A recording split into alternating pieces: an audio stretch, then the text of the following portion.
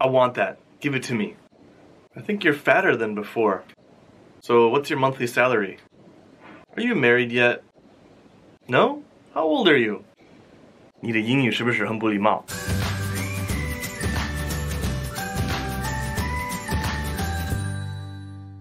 What's going on, everyone? Welcome back to another episode. Today, we're going to talk about why your English sounds impolite. Before we jump in, just remember, 我爱你们.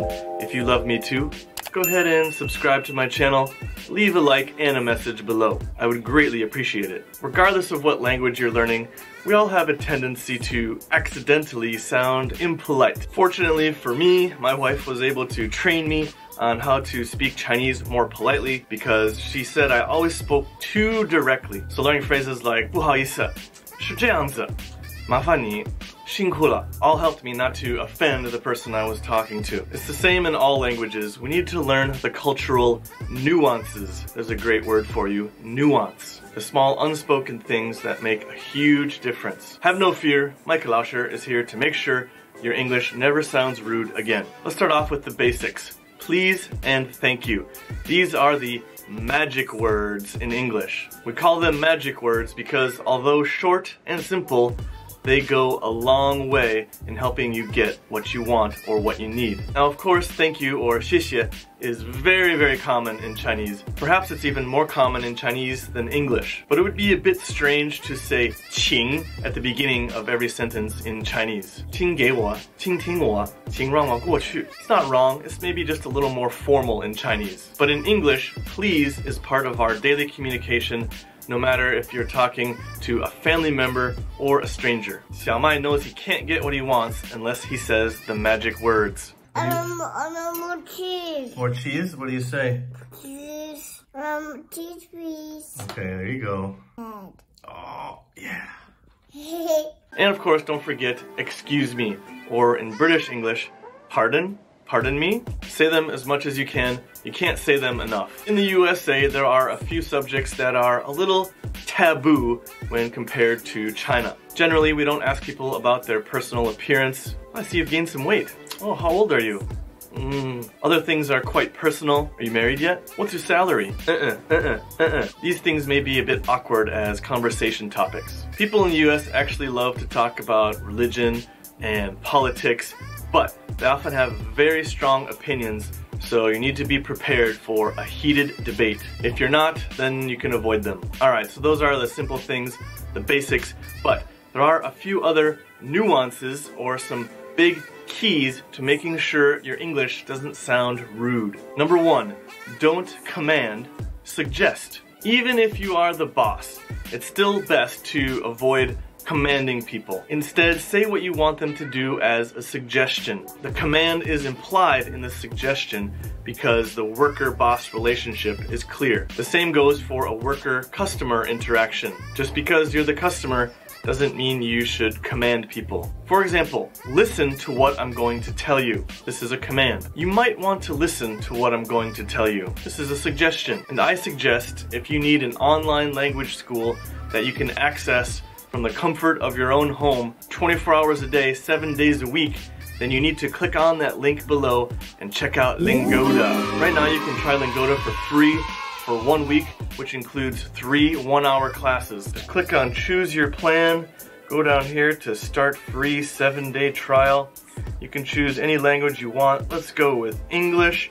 You can choose 1 hour a week to maintain, 3 hours a week, 5 hours a week to improve a lot, or full immersion with 20 hours a week. Let's go 3 hours a week. You can then choose a group class of 3 to 5 students or a one-on-one private class. Let's do group class. Then you just sign up for Lingoda, enter your payment information, and enjoy your 3 free lessons. Also, when you sign up, make sure to enter my voucher code below to get 20 euros off your first month. Now, if you decide you love Lingoda, you don't have to do anything. The payment will come out automatically after the 7-day trial period, minus the 20 euro discount. If you find it's just not for you, then just cancel before the end of the 7-day trial period. Remember that all of Lingoda's teachers are native speakers, they're certified teachers, and this is why Lingoda has become one of the world's most trusted online language schools. One of the great parts is you get to keep all the learning materials when you're done. And now with the new improved look of Lingoda, they've added quizzes and homework for continued study when you're not in class with your teacher. You've got nothing to lose and everything to gain. Click the link below. Try your free week of Lingoda. Boost your English fluency today. In English, when we want to suggest things and not command them, we need to use modal verbs. Modal verbs help soften the speaker's tone and help you sound much more mild and polite. The English modal verbs include must, shall, will, should, would, can, could, may, and might. Simply put, I want becomes I would like. We will becomes we could. It may seem like you're giving the other person a choice, but in most situations, the command is still implied. So instead of I want the red iPhone, it becomes I would like the red iPhone. And of course, feel free to add please. I would like the red iPhone, please. We will meet at 7 p.m. becomes 你说 We could meet at 7 p.m. Tell me about the history of Shanghai. I would like to know about the history of Shanghai, please.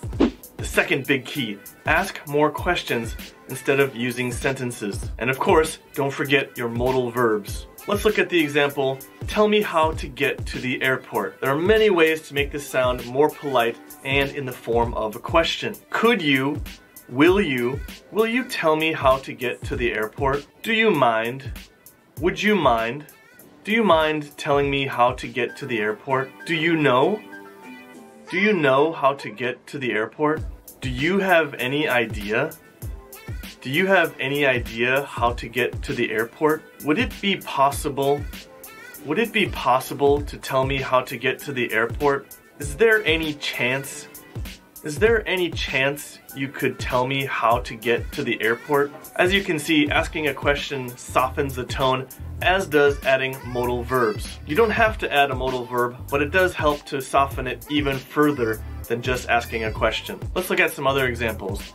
Finish the presentation becomes, can you finish the presentation? I need help with this homework becomes, will you help me with this homework? Go to the convenience store and buy me a coffee becomes, could you go to the convenience store and buy me a coffee, please? Alright, the third and probably the most difficult key to having polite English, being indirect. Learning how to be indirect is an art, whether you're speaking Chinese or English. But speaking this way is almost essential unless you don't mind sounding rude all the time. Let's look at some examples. Go away. Could you give me a minute alone, please? Can we talk a little later? That's a bad idea. I have a few concerns about that. I'm not sure that's a good idea. You're wrong. I think you might be mistaken. I'm not sure about that.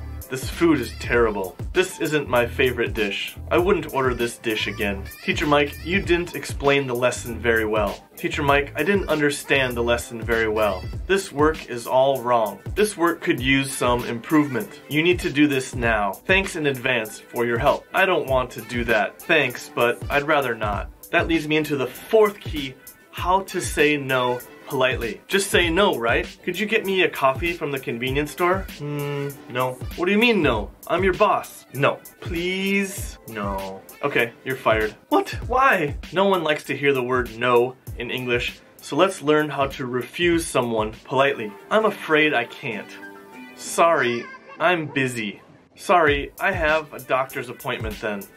Maybe some other time? I wish I could, but I have a soccer game. I would love to, but I have other plans. Unfortunately, I can't. I'm sorry to say I'm not free tomorrow. I'm really sorry, but I just don't like you. Just kidding, that's still really rude. Thanks for asking, but I'll be out of town. That sounds great, but I need to watch my son. Can we do it some other time? So there we go. Everything you need to know about not being rude in English. Don't be rude. Click the link below. Check out Lingoda for free for for 1 week, and make sure you take advantage of that €20 discount code as well. Leave me a message below, let me know if I missed anything, and please share a situation that you've had where you are speaking English very rudely and didn't know it. That's all for now. Stay safe, stay happy, stay healthy. 我是麦克老师，下次再见。